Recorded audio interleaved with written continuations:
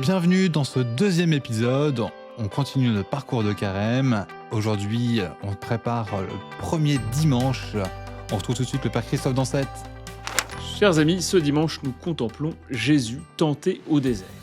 Cela se passe juste après que Jésus ait été baptisé par Jean-Baptiste. Lors du baptême, rappelez-vous, Jésus a entendu la voix du Père qui disait « Celui-ci est mon Fils bien-aimé, en qui je trouve ma joie ». Pourquoi Jésus, immédiatement après, a-t-il choisi de partir au désert ? Je te donne mon interprétation. Lors du baptême, Jésus, qui savait depuis toujours qu'il était le Fils bien-aimé du Père, a senti qu'il était temps pour lui de passer à l'action. Après avoir passé des années comme simple charpentier à Nazareth, le moment était venu pour lui d'aller annoncer à tous le royaume de Dieu.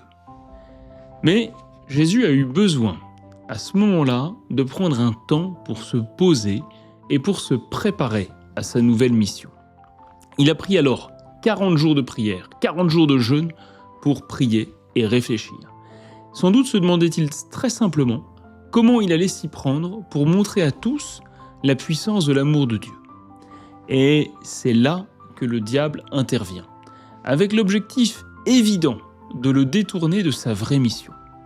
Nous allons écouter ensemble l'Évangile et je t'invite, toi, à regarder, pendant que tu vas écouter ce texte, regarder comment le diable s'y prend pour tenter Jésus. Tu vas voir qu'au fond, il lui propose 3 fausses pistes, 3 fausses manières d'annoncer l'Évangile. Alors regarde aussi comment Jésus s'y prend pour l'écarter.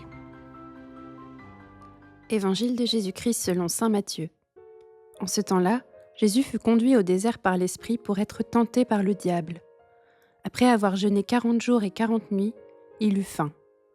Le tentateur s'approcha et lui dit : « Si tu es fils de Dieu, ordonne que ces pierres deviennent des pains. » Mais Jésus répondit : « Il est écrit : L'homme ne vit pas seulement de pain, mais de toute parole qui sort de la bouche de Dieu. » Alors le diable l'emmène à la ville sainte, le place au sommet du temple et lui dit : « Si tu es fils de Dieu, jette-toi en bas, car il est écrit : Il donnera pour toi des ordres à ses anges, et ils te porteront sur leurs mains, de peur que ton pied ne heurte une pierre. » Jésus lui déclara : « Il est encore écrit : Tu ne mettras pas à l'épreuve le Seigneur ton Dieu. » Le diable l'emmène encore sur une très haute montagne et lui montre tous les royaumes du monde et leur gloire. Il lui dit : « Tout cela je te le donnerai, si tombant à mes pieds tu te prosternes devant moi. » Alors Jésus lui dit : « Arrière, Satan, car il est écrit : C'est le Seigneur ton Dieu que tu adoreras, à lui seul tu rendras un culte. » Alors le diable le quitte, et voici que des anges s'approchèrent, et ils le servaient. Parole du Seigneur. Je crois pour ma part que les 3 tentations du diable ont toutes pour base le désir de Jésus d'annoncer l'amour de Dieu pour le monde. Première fausse piste, annoncer cet amour en nourrissant tout le monde, comme si nous étions de purs consommateurs qui avaient juste besoin d'être remplis et nourris. Deuxième fausse piste, le faire en nous impressionnant par des miracles à grand spectacle, en nous montrant un Dieu qui s'impose par sa démonstration de puissance. Troisième et dernière fausse piste, pousser Jésus à prendre le pouvoir comme si un gouvernement terrestre, même le meilleur du monde, pouvait remplacer Dieu. Dans tous les cas, il s'agit pour le diable de pousser Jésus à prendre la place de Dieu et à agir sans lui sous prétexte de faire notre bien. Toi et moi, nous avons sans doute des tentations beaucoup plus basiques que Jésus. Mais le mécanisme est sans doute un peu le même. La tentation vient en général sous l'apparence du bien.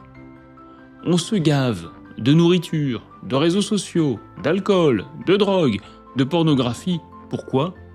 Pour aller mieux. Parce qu'on cherche un mieux. On se focalise sur notre apparence, on se focalise sur l'argent, sur la réussite, parce qu'on pense que c'est nécessaire pour nous. On va se montrer jaloux, colérique, grossier, parce qu'on pense que c'est important de nous défendre. On va se moquer ou on va harceler, parce que ça fait rigoler notre groupe d'amis, parce qu'on trouve que c'est drôle et que c'est pas grave. Saint Ignace de Loyola dit que nous ressemblons en fait à un château fort assiégé par une armée. Le diable va toujours commencer par faire le tour du château fort pour repérer les points les plus faibles de la muraille. Et de la même façon, il fait le tour de notre personnalité et repère ce qui en nous est le plus fragile. Ah, tu manques de confiance en toi. Eh bien, je vais te tenter sur ton apparence. Je vais glisser en toi le poison de la jalousie. Ah, tu manques de motivation. Eh bien, je vais simplement t'inviter à la paresse, te laisser sombrer un peu dans le scroll ou dans les jeux vidéo. Ah, tu as peur de ne pas être aimé. Eh bien, jette-toi dans le premier bras venu ou enferme-toi dans la masturbation, mon pauvre ami. Et pour notre ami Saint Pierre Giorgio Frassati? Pour Pier Giorgio Frassati, le point faible de sa muraille, c'est sans doute du côté de sa famille, de ses études et de l'estime de soi. Son père aurait voulu que son fils lui succède à la tête du journal, et il reproche à son fils d'être un raté. Et de fait, Pier Giorgio va rencontrer énormément de difficultés dans ses études. Même sa mère aura des mots hyper durs sur lui. Je les publierai sur le WhatsApp cette semaine si tu veux voir. La grande tentation de Pier Giorgio, ce sera le désespoir. Ce sera l'impression de ne pas y arriver, de ne jamais réussir à correspondre aux attentes de sa famille. Il va devoir lutter contre des idées noires. Il va trouver que sa vie n'a pas de sens. Il écrit même à un ami « Si je n'avais pas la certitude que ma foi est divine, je me laisserais aller à des actes insensés. » Ce qui l'empêche de sombrer, c'est sa confiance en Jésus. Le carême va consister précisément à redresser nos murailles.